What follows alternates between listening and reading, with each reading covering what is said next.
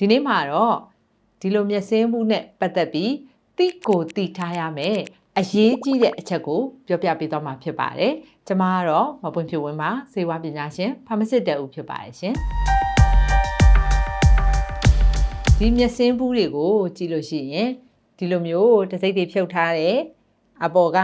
ဖုံးထားတယ်ပေါ့နော်တစိမ့်တွေမပေါ်အောင်ဖုံးထားတယ်ထူးဆန်းနေမယ်လို့ထင်ကြမှာပါ။ဘာကြောင့်လဲဆိုတော့ကြတော့ကျွန်မကဖာမစစ်တယောက်ပါဖာမစစ်တယောက်ဆိုတော့ကြတော့ဒီလိုမျိုးဆေးတွေကိုကျွန်မခဏတိုင်းပြောပါတယ်ပြောတဲ့အခါမှာလဲကျွန်မပြောတဲ့ post တွေမှာဆိုလို့ရှိရင်စူစူကဘန်းပါတယ်ဒါကြောင့်မလို့လေပြီးခဲ့တဲ့နှစ်ကပေါ့နော်ဒီ6လပိုင်း9လပိုင်းလောက်ကလေးက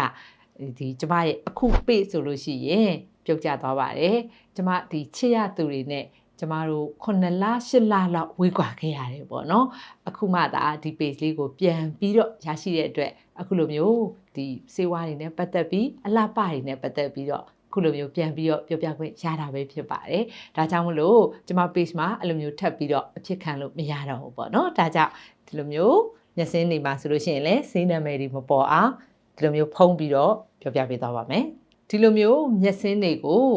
ဖွင့်တဲ့အခါမှာဒါဆိုရင်မျက်စင်းအစ်စ်ပေါ့နော်ဒီလိုမျိုးအစ်စ်ဆိုလို့ရှိရင်ဘယ်လိုလာလဲဆိုရင်ဒီမှာလုံးဝမကြဘူးနော်ဘလို့ညှင့်ညင်မကြဘူးတခုပြအောင်မယ်ဒါဆိုလို့ရှိရင်ဖွင့်ပြီးသားမျက်စင်းဘူးဒါဆိုလို့ရှိရင်ဖွင့်ပြီးသားဆိုဘယ်လိုနေလဲဆိုဒီလိုမျိုးထိတ်မှာပွင့်ပြီးသားပွင့်အောင်လဲကျမတို့ကဘယ်လိုမျိုးဖွင့်ရလဲပေါ့နော်ဘယ်လိုမျိုးဖွင့်ရလဲဆိုရင်တချို့ကမသိတော့ကြတော့ဒီမျက်စင်းဘူးတွေကိုအချွန်တက်တွေဓားတွေကက်ကြီးတွေနဲ့ထိုးပြီးတော့ဖွင့်နေတတ်ကြတယ်အမှန်တော့မျက်စင်းဘူးတွေကအဲ့လိုမျိုးထိုးဖွင့်နေကြရမလိုပါဘူးဘာကြောင့်လဲဆိုတော့ကြတော့သူ့ထဲမှာဆိုလို့ရှိရင်တခါတည်းပွင့်သွားဖို့ရာအတွက်အခုမြင်နေရတဲ့အတိုင်းထိတ်မှာအချွန်လေးပါပါတယ်ဒီမျက်စင်းဘူးတွေကလာတဲ့အခါမှာအရန်ကြက်နေအောင်ပိတ်မထားပါဘူး twist anti clockwise ဆိုတဲ့အတိုင်းပဲတစ်ဖက်ကလက်တစ်ဖက်ကဒီပလင်းကိုကင်မယ်တစ်ဖက်ကဒီအဖုံးကိုကင်မယ်ပေါ့နော်ကင်ပြီးတော့ဘယ်ဘက်ကိုလှည့်လိုက်တယ်ဆိုလို့ရှိရင်စီးကပြုတ်သွားပါလိမ့်မယ်စီးပြုတ်သွားတာနဲ့အတူမျက်စင်းဘူးသည်ပွင့်ပြီးသားဖြစ်သွားပါလိမ့်မယ်ပြီးရင်အဖုံးကိုဖွင့်ပြီးတော့ဘူးကိုစောက်ထိုးညှစ်ကြည့်ပါအဆက်ချကြည့်ပါပွင့်ပြီးသားဖြစ်နေတာကိုတွေ့ရပါလိမ့်မယ်ကျမတို့ကမျက်စင်းဘူးကိုကင်တွယ်မယ်ဆိုလို့ရှိရင်သတိထားရမှာကကျမတို့လက်တွေကိုတန်ရှင်းစွာဈေးကြောပြီးမှကင်တွယ်ဖို့လိုပါတယ်ဖွင့်တဲ့အခါမှာကင်တဲ့အခါပဲဖြစ်ဖြစ်မျက်စင်းကိုခတ်တဲ့အခါမှာပဲဖြစ်ဖြစ်လက်ကိုတေချာဈေးကြောဖို့ရသတိပေးခြင်းပါတယ်ထမင်းစားနေရင်လည်းပဲဖြစ်ဖြစ်အစားအသောက်စားနေရင်လည်းပဲဖြစ်ဖြစ်လက်တွေပေပွားနေချိန်မှာမျက်စင်းဘူးကိုလုံးဝမကင်ပါနဲ့အရန်ရေးကြည့်ပါတယ်သုံးပြီးသွားပြီဆိုလို့ရှိရင်လည်းတစ်ခုတတိထားမှာကအဖုံးကိုလုံအောင်တေချာပြန်ပြီးတော့ပိတ်ဖို့ရမမေ့ပါနဲ့နောက်ထပ်ပြောချင်တာတစ်ခုကဒီလိုမျိုးမျက်စင်းဘူးတွေကိုဖွင့်ပြီးလို့ရှိရင်တစ်လအတွင်းပဲအသုံးပြုရပါမယ်ဒါကြောင့်မလို့မျက်စင်းဘူးစပြီးတော့ဖွင့်တဲ့ရက်မှာဒီဘူးပေါ်မှာဒိတ်တက်ရပါမယ်ရက်စွဲတက်ရပါမယ်ကျမတို့ရက်စွဲကနေပြီးတော့တစ်လပြည့်ပြီဆိုတာနဲ့ဒီမျက်စင်းသည်ကုန်သည်ဖြစ်စေမကုန်သည်ဖြစ်စေလွန်ပြဖို့ရလိုအပ်ပါတယ်အဲ့မှာတချို့ကပြောပါလိမ့်မယ်မျက်စင်းဘူးတွေကိုအဲ့လိုလွန်ပြစရာလိုသလားပေါ့နော်အရင်ကတည်းကဒီလိုပဲတောက်လျှောက်သုံးနေတာတို့ဖြင့်ဘာမှမဖြစ်ပါဘူးဆိုပြီးတော့ပြောကြတဲ့သူတွေရှိပါလိမ့်မယ်ဟုတ်ကဲ့ပါ